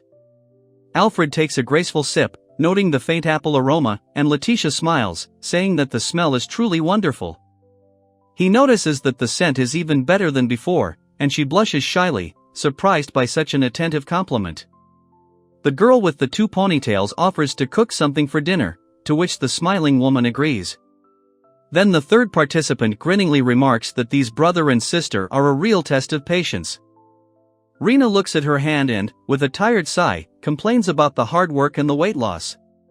Maria tilts her head, wondering why she's even looking at her palm. Those present praise Rina for her recent courage, comparing her to the Emperor's own envoy. Some joke that even he couldn't defeat them all with a single blow, but others insist he could. Monica happily calls out to Rina, but she replies that there's no ice cream for her. The girl shifts awkwardly and admits she'd really like to try at least some. An excited Maria asks everyone what they'll do if someone dares to eat the ice cream without permission. The others perk up, declaring that they, too, wouldn't mind taking a risk for the sweet treat. Maria looks out the window at the 2 moons lined up and the bright stars, wondering how clear the sky is in this world compared to her homeland, where such a sight was impossible to see. Lucas recalls how, as a child, he thought the craters on the moon were the marks left by his older brother's fist. Maria laughs and says that such differences between worlds now seem amusing to her. She thinks about how rich and joyful her life has become with these people, then quietly thanks Ed for calling her here in the first place, and rests by the window, feeling at peace. The girl explains that she was summoned into this world as a saint, but she didn't fit in. Then the young man shares that they didn't know how to cook here before, until he started doing it himself, and suddenly everyone needed him. Alfred happily informs Letitia that she can now officially use the pantry's ingredients, as her culinary skills have improved significantly. Letitia reacts with shock and disbelief. The blonde girl admits that she can no longer return to the same tasteless soups, and her friend happily adds that now every lunch for her is a real expectation of a miracle, thanks to Rina. A young chef in uniform looks around the crowded kitchen in confusion and wonders out loud if there aren't too many people here. Rina explains that she is going to prepare the soup of the day, and military chefs and mages gather around, promising to watch and learn without interfering with the process. A girl with short hair is pondering which soup to choose, and the others are listening attentively until someone complains that they are already bored with the previous 2 types. Letizia admires the royal palace's pantry, spacious, clean, and full of provisions. Maria explains that their empire primarily uses root vegetables, potatoes, carrots, and turnips. Alfred asks if there's any meat left and learns it's only chicken. The girl then explains that they have dairy cows, but almost all the pigs were eaten by monsters, which makes Alfred reflect on the cruelty of this world. 2 women discuss the variety of flour, amazed by the number of varieties. One is surprised that there's even bread flour among them, while the other asks how it differs from regular wheat flour. The girl explains with a smile that all wheat flour is considered wheat flour, but there are different types. Bread flour is for baking, and confectionery flour is for sweets. She gestures animatedly, making the story almost like a culinary lesson. Maria realized the bread had become hard because no one knew what kind of flour to use. The two maids exchanged surprised glances, stunned by such a simple explanation. Rina confessed to possessing the magic of evaluation, which immediately astonished those around her. Everyone watched in admiration as she identified the type of flour with a single glance, commenting among themselves that only a few knew this. The girl with the bun explained that Lana's ability also involved assessment, but it wasn't very useful. Then Lana, a little embarrassed, replied that she could only see certain parameters. Then the girl realized that Lana must be able to see people's weight and size, since everyone's clothes fit perfectly. After that, she suggested making potato and onion soup, and the others happily agreed. The cheerful girl asked how many people were present today, and the cook, having regained his composure, hesitantly suggested about 28. Maria quickly calculated that if she divided 600 by 30, including Lana and Monica, she'd get 20 each. Alfred nodded, confirming that 600 was just the right amount. One of the girls joyfully announced that everyone would have to chop 600 onions, and the room instantly filled with cries of shock and despair. Rina insisted that Monica and she were included in the calculation, and the maid explained that the palace always needed a lot of hands. Meanwhile, the chef, horrified, asked if Rina had gone mad, mentioning 600 knives. The two maids exchanged glances, one admitting she had never pointed anything at a person before, both feeling a mixture of curiosity and slight excitement. Maria timidly suggested simply crushing the onion to speed up the process. Then they asked Lana how many available maids she could muster, and she replied, about 10. Rina enthusiastically declared that she was ready to work to the end, and the two girls excitedly decided to collect cuckooberries and promised a reward to everyone who joined. One of the men asked Rina what to do now that there were fewer people. She suggested dividing into 3 teams and having an onion chopping competition to add a little fun. It was announced that each group would receive 200 onions, and the winners would receive crepes with ice cream. This news caused a joyful buzz and excitement among the participants. Teams led by Rick, Mateus, and Lutz, along with new recruits from the Magicland military department, prepared vigorously for the competition, and the battle for the ice cream crepes had officially begun. 2 young men in chef's uniforms complained of pain in their eyes and noses as they continued to work in the kitchen, where the air was filled with the pungent smell of onions. Rina, blinking tears, complained that her eyes were hurting from the endless slicing, and Letitia suggested baking a crepe while the soup simmered. The other girl agreed approvingly, deciding to have a snack of her own. She gently asked which filling her interlocutor preferred, cuckooberry jam or apple compote, noting that both options were good. The cheerful guy happily agreed to wait in the dining room, and the girl, with a gentle smile, remarked that Ed looked incredibly cute, while the other admitted that she would like to eat both options. Maria thought that although Ed could be cheeky, he was trying to keep up with his older brothers. With this thought in mind, she resolutely set about making the crepe, determined to make it perfect. Letizia explained in detail that the crepe dough is made from pastry flour, eggs, milk, sugar, salt, and butter. She added that substituting bread flour and removing the eggs creates an unusual but interesting texture. She explained that since Ed was trying the dish for the first time, she would prepare the dough according to the classic recipe without rum. Then she told him to cover it with a towel and put it in the refrigerator while she prepared the apple compote. The team, which included sous chef Mateus and Lutz's group, joyfully celebrated their victory. Laughter and cheers were heard, because they deserved it with their work. The girl praised the boy for carefully cutting the ingredients, and he excitedly declared that he could now get a reward. The other girl was eagerly awaiting dessert, and the boy happily reminded her that there was ice cream in it too. Rick apologized, feeling he wasn't good enough, but his comrades assured him it wasn't his fault.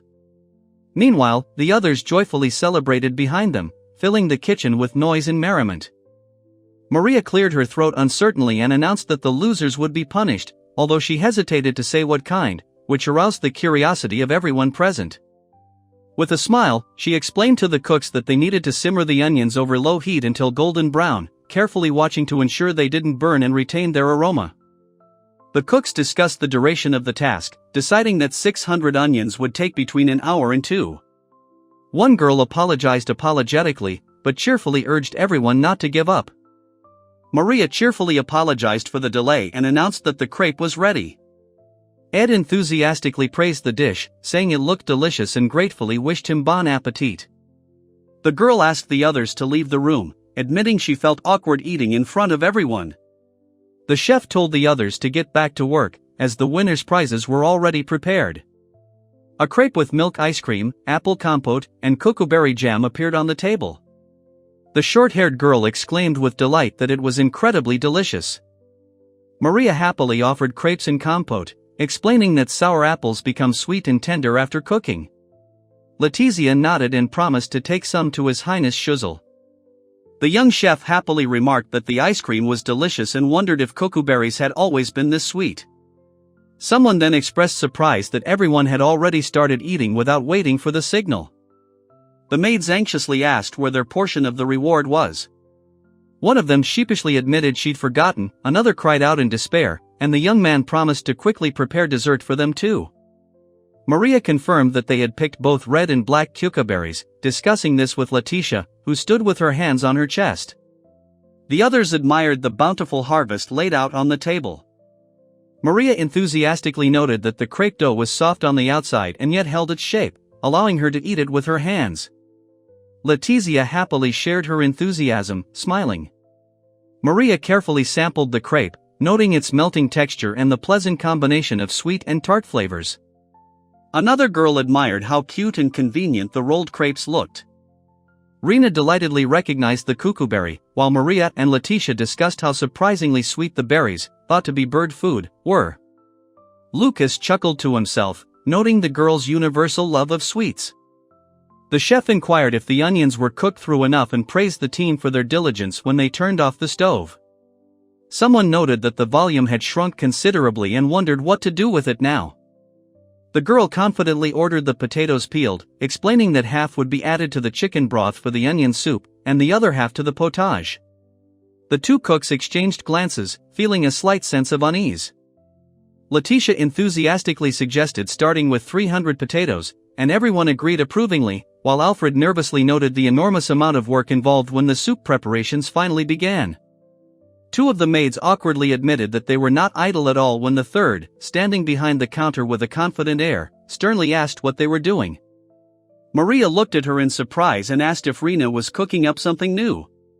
The two girls enthusiastically confirmed that they were very interested to know what she was planning, and one even sternly patted Rena on the shoulder. Smiling cheerfully, Rena suggested they begin baking the soft and fluffy bread. The two girls immediately supported the idea, perking up and beaming with anticipation of the new baked good. Letitia explained that cooking had started out as a nostalgic act, and Alfred asked if he could watch the process. She hesitated a bit, but eventually agreed. Rena cheerfully invited everyone to join in, but the chefs cautiously questioned her about the soft bread, apples, and water. When she tried to persuade them to help, one of the chefs firmly declared he would return to the soup, refusing to budge. Alfred carefully examined the porous apples and suspected yeast was the culprit. Maria was dubious, and Letitia, distrustful of the results, decided to throw them out, deeming the experiment unreliable. Someone anxiously asked what this white powder was, and it soon became clear that they were simply pouring wheat flour into the bowl in preparation for kneading the dough. A short-haired woman explained how to knead dough, mixing flour with salt, sugar, and natural yeast. A man watched nearby and remarked on how soft the dough was. Rena was about to take the dough away, but the chef stopped her, wondering if she really intended to bake it with the towel on top. She quickly explained that she needed to wait for it to ferment, but the chef, with a grin, doubted the great secret of life's creation she'd mentioned. Alfred asked if Ed had eaten yet, to which Rena teased him, and Maria happily replied that yes, and the food was delicious. The girl explained that the bread was currently in the oven, and the surprised guy asked if they were talking about the same soft bread. She nodded and added that the dough was still rising and would take time. The young man complained that this wasn't enough, and then the maid remembered the message from Fell's older brother. The others exchanged surprised glances, wondering if this was really a message from the emperor himself. The young man frowned, and the girl with 2 ponytails quietly replied, after which the cheerful guy explained that the amount prepared was not enough, making her think. Maria gently nudged Rina to ask for a reward for the delicious dishes, and everyone looked at her with interest, anticipating what she would say. A little sheepishly, Rina admitted that she dreamed of a bathtub, a large container of hot water where she could completely relax. She explained that this was exactly the kind of thing she wanted in her bathroom. Rina passionately argued that bathing was necessary, complaining of feeling untidy without it. Maria, perplexed, asked if it was so necessary, but Rina stubbornly declared that she couldn't rest without it. 2 girls started talking about bathing in hot water. One said it helps you relax, and the guy, smiling, offered to make her a meat bun with magic instead. Rina enthusiastically explained that a hot bath relieves fatigue, eases back and shoulder pain, helps with insomnia, bruises, and even nervous tension. Her companion's eyes widened in surprise at such a list. The girl added that she didn't have any nerve pain, but the guy chuckled and replied that it was simply because she was still young. Rina suggested placing the bath closer to the military building, explaining that hot baths help with fatigue and wounds. The girl next to her listened with interest, considering how useful this idea could be. The girl tenderly told Ed he was a good boy, which made him feel embarrassed and unsure how to respond. The man next to him nodded quietly, agreeing with her words. Letitia and Maria discussed where to place the object. Maria suggested one place, but Letitia insisted that it should not be in the center and asked her to move away a little. Alfred, clenching his fist, asked if everything was okay, and Maria looked at him in surprise, thinking that the result could have been completely different. Maria shyly admitted that she liked it only that much and glanced sideways at Alfred. Meanwhile, Ed was praised as a genius and the best of the best, but he modestly countered that this was an exaggeration, and someone joked that he could do it all himself with magic. Alfred thoughtfully asked if education would change anything and if Ed attended school. The girl, kneeling, replied that they taught little at school and admitted that she had been on vacation for a long time, feeling as if she were wasting her talents. Maria joyfully greeted Rina's return, who, smiling, admitted she hadn't said anything when Alfred asked about their conversation. She silently noted that it was much more interesting with him. Rina reported that the potatoes were already boiled and mashed, and the man explained that they were now making bechamel sauce, adding wheat flour to fried onions until the flouriness disappeared. In the kitchen, the cook told Rina to add a little butter, as the flour was still dry, and explained how to combine the mashed potatoes, milk, and bechamel sauce.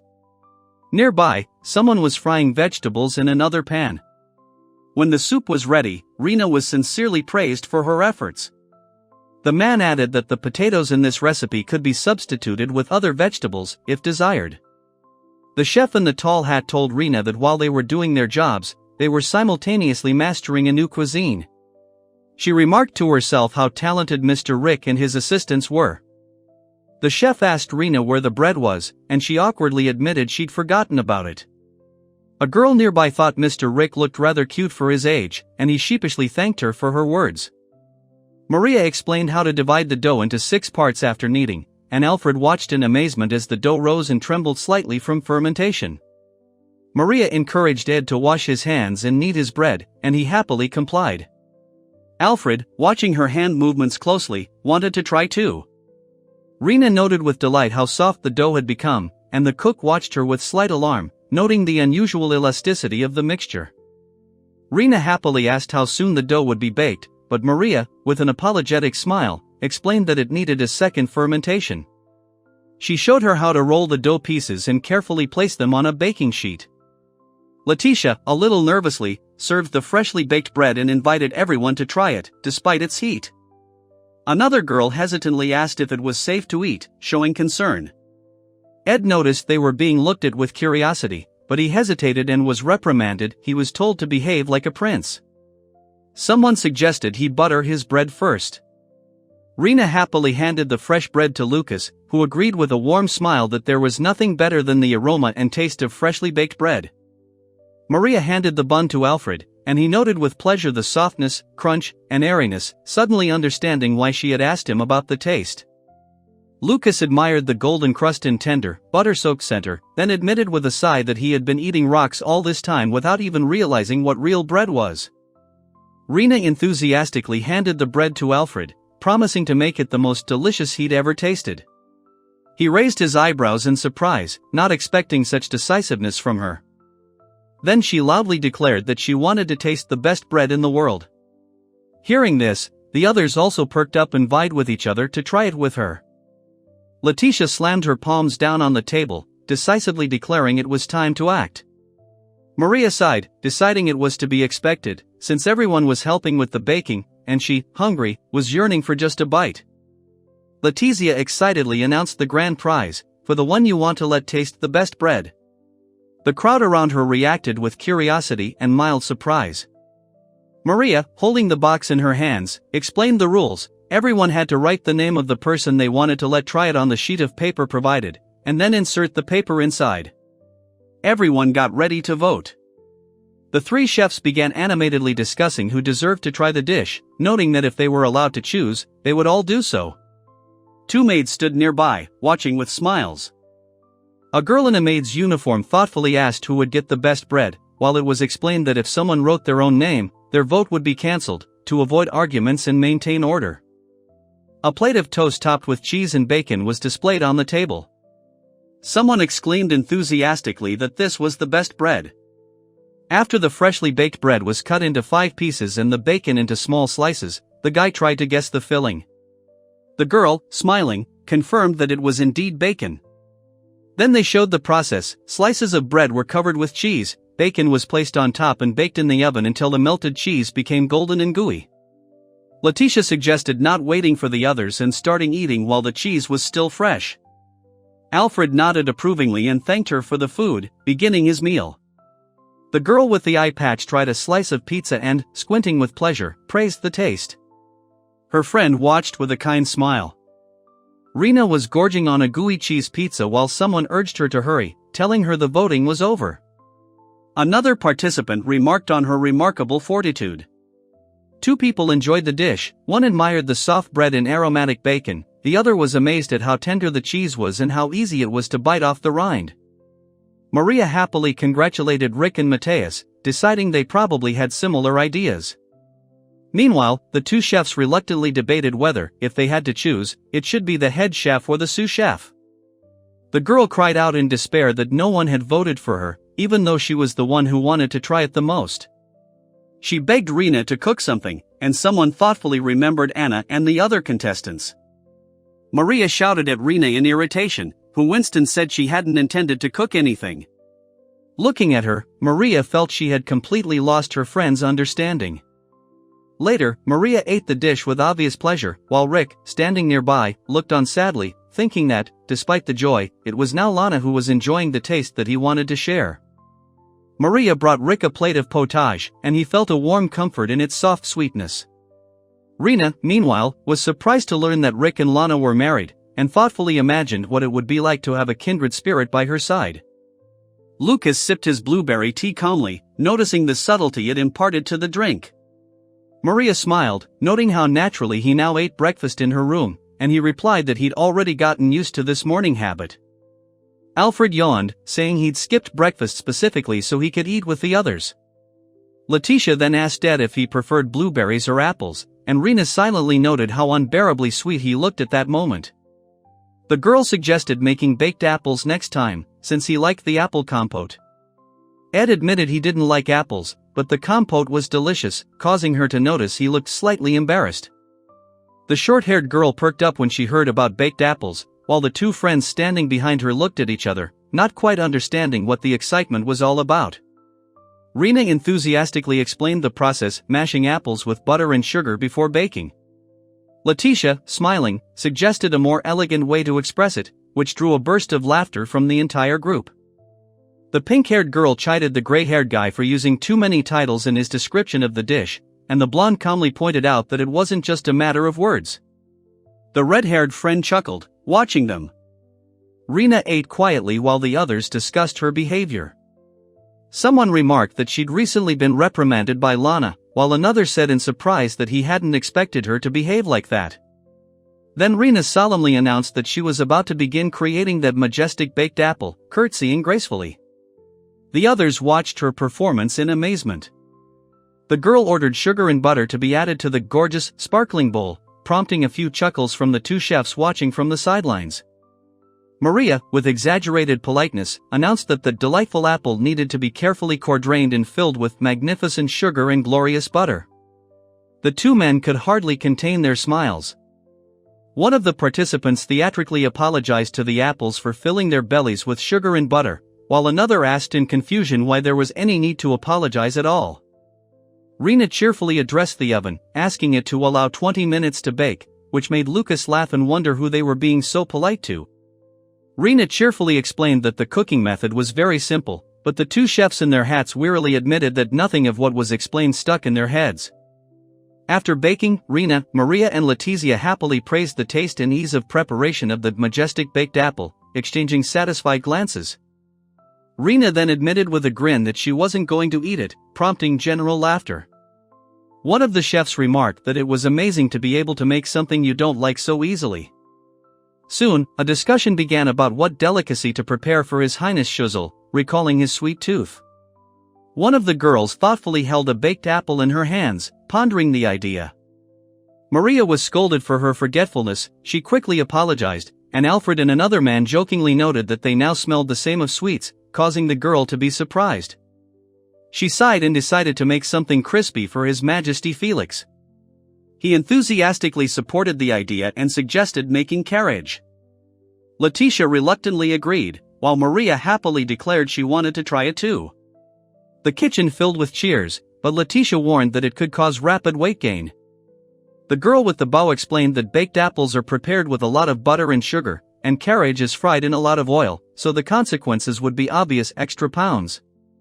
However, in the end, everyone ignored the warnings and enthusiastically rushed into playing rock paper scissors, while one of the girls thought fearfully about the figure, and the other quietly agreed with her fears.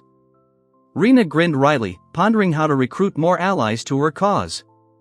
Alfred noticed her expression and suspiciously asked what she was thinking about as they passed the victors, happily devouring the nutritious carriage. On the way, she wondered why the Emperor and the others had called her, and then remembered that it was probably all connected with the bread they had prepared the day before. The girl complained angrily that this was unnecessary hassle and turned in the opposite direction, but Maria explained that it was easier to hear everything from her lips than to guess. As she approached the office, Rina felt a slight thrill of anticipation of meeting the Emperor and regretted sharing her bread.